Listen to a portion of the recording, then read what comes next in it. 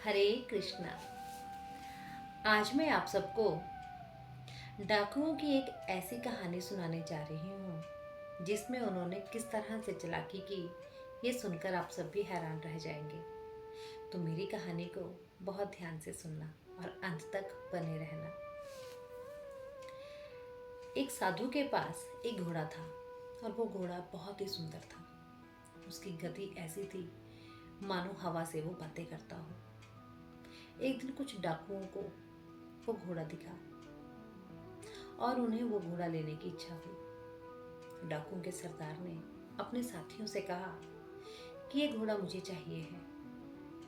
तो सरदार के जितने भी साथी थे वो सब हंस पड़े कि लो, ये आप घोड़े की बात कर रहे हो, ये घोड़ा आपने आज मांगा तो कल आपके पास होगा, चिंता क्यों कर रहे हो? हमने तो इतने बड़े बड़े डाके डाले हैं, तो ये घोड़ा क्या चीज़ है? तो सरदार ने कहा कि पहले पता तो लगाओ ये घोड़ा है किसका। तो साथी अगले दिन घोड़ा ढूंढने के लिए निकल गए। उन्हें पता लगा कि घोड़ा किसी साधु का है। तो उन्होंने आकर अपने सरदार से कहा कि ये घोड़ा किसी साधु का है। तो सरदार ने कहा, अच्छा, अगर ये किसी साधु का है तो उसे छीना झपटी कर इस घोड़े को मत लेकर आना। ऐसा करना, उसे इस घोड़े की कुछ राशि दे देना और ये घोड़ा ले आना, ताकि शांति भी बनी रहे और उस साधु को कुछ नुकसान भी ना पहुंचे। तो डाकुओं ने कहा कि ठीक है। अब वो साधु की तलाश करने के लिए चले गए और जैसे ही साधु के पास पहुंचे तो उन्होंने कहा कि हमारे सरदार को तुम्हारा ये घोड़ा बहुत पसंद आया है, तो तुम हमें ये घोड़ा दे दो और इसके बदले कुछ राशि ले लो। पर वो साधु ने कहा कि ये घोड़ा मैं नहीं दे सकता, क्योंकि ये घोड़ा मुझे जान से भी प्यारा है। तब डाकुओं ने कहा कि तुम ऐसा करो कि कुछ राशि लो, 50 लाख रुपए तुम्हें हम देते हैं और ये घोड़ा तुम हमें दे दो। तो उस साधु ने कहा कि नहीं, ये घोड़ा मैं नहीं दे सकता। अब डाकुओं ने सोचा कि थोड़ी और रकम बढ़ा देते हैं तो घोड़ा हमें ये दे देंगे, क्योंकि पैसों से तो सभी प्यार करते हैं, किसे पैसे नहीं चाहिए। डाकुओं ने कहा कि ऐसा करो, तुम 1 करोड़ रुपए ले लो और ये घोड़ा हमें दे दो। अब साधु ने कहा कि जब मैंने एक बार कह दिया कि ये घोड़ा मुझे जान से भी प्यारा है, इसे किसी भी कीमत में मैं तुम्हें नहीं दे सकता, तो तुम बार बार मेरे पीछे क्यों पड़े हो?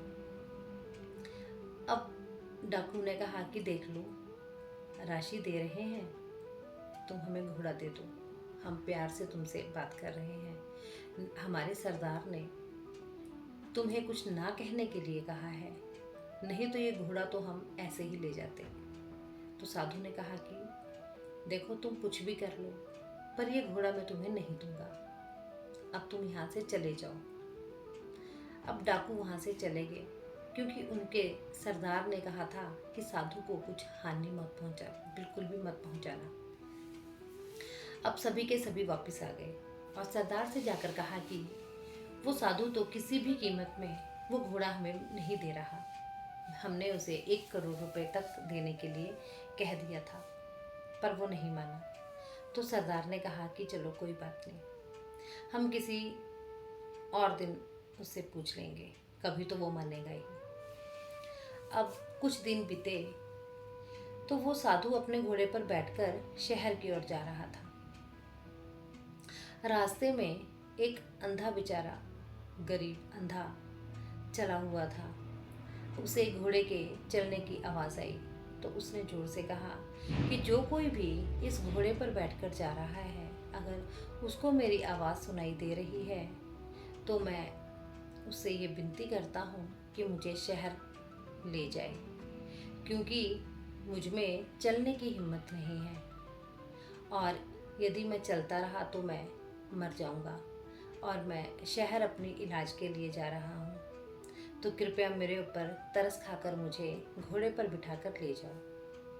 अब वो साधु दया दिल का तो था ही।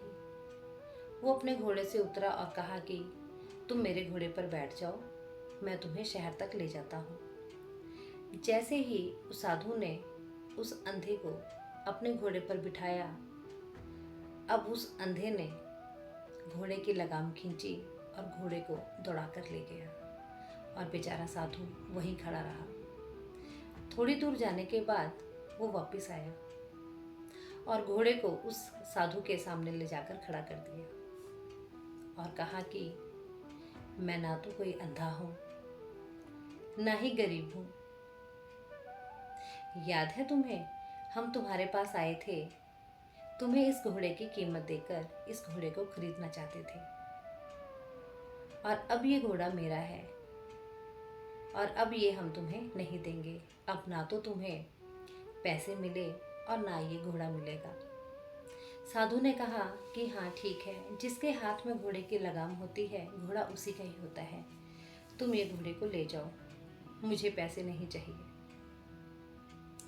पर तुम मेरी एक बात ध्यान से सुनो कि यहाँ जो कुछ भी हुआ उसके बारे में तुम किसी से मत कहना।